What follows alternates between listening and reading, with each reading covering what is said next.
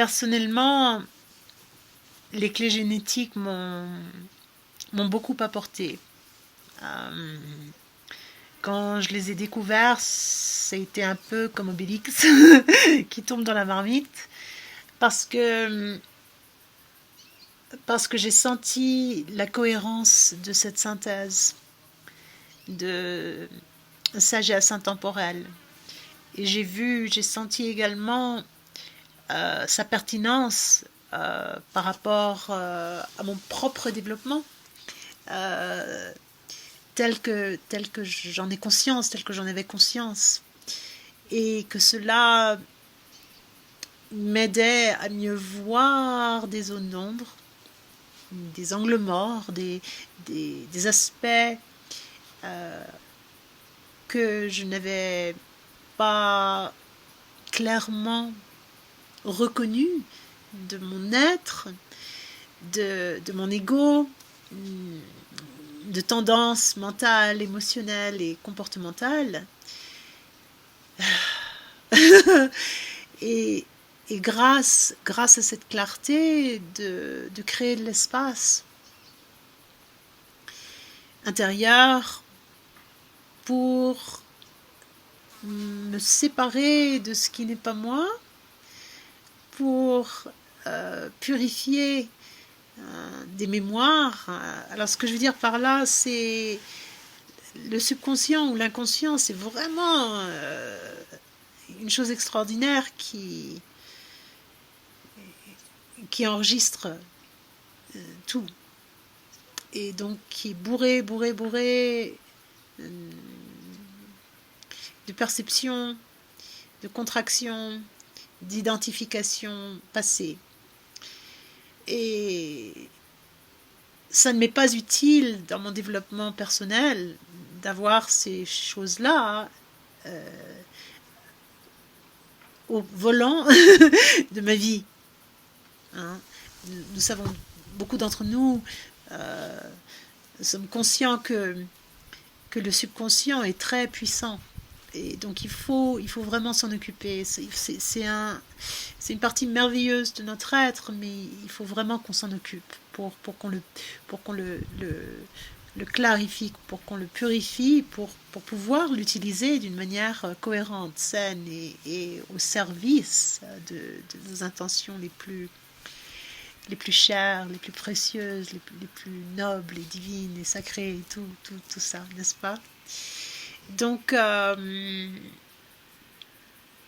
les clés génétiques m'ont vraiment beaucoup aidé à, à, à mettre mon mental qui a vraiment, et je sais que nous sommes beaucoup, nous sommes quelque part tous dans le même bateau, en généralisant, à mettre le mental entre parenthèses et puis à venir vraiment laisser l'intelligence du cœur émerger. Alors l'intelligence du cœur, c'est aussi le cœur, c'est aussi lui aussi, il a son lot de mémoire et de souffrance et d'identification et tout cela. Mais il est beaucoup plus proche de qui nous sommes vraiment que notre tête. Et donc quand le cœur a plus de place, on respire mieux. Et puis on va pouvoir faire le tri et avancer d'une manière plus vraie, hein, d'une manière plus enrichissante, d'une manière oui, avancer et se reposer aussi, c'est pas juste du mouvement, tout ça, c'est un peu le paradoxe, hein, c'est celui de hâte-toi lentement et celui du non-effort et toutes ces autres expressions qui cherchent à transmettre la vérité paradoxale de l'être euh, et du faire et de l'instant présent. Donc pour moi, les clés génétiques ont vraiment été et sont encore extrêmement précieuses. C'est un miroir magique C'est une carte qui n'est pas le territoire et elles aident vraiment à éclairer parce qu'elles reconnaissent que l'humain est fait de lumière. Donc cette résonance réciproque t'aide à libérer ta lumière. Et c'est tout ce qu'il faut, quoi. On n'a pas besoin d'autre chose. Donc, ce que j'aime aussi beaucoup dans cette œuvre, c'est qu'elle nous rappelle, elle nous rappelle toujours avec beaucoup de poésie, de profondeur et d'humour, mais ne vous prenez pas la tête, ne te prends pas la tête, c'est simple. Hein, prends-le, sois là, sens-le dans ton cœur, et puis fais confiance.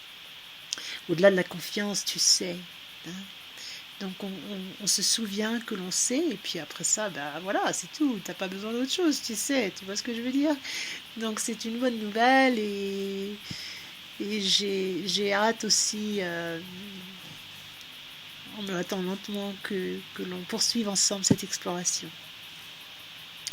À bientôt, merci pour votre écoute, et ouais, plein de lumière et d'amour entre nous.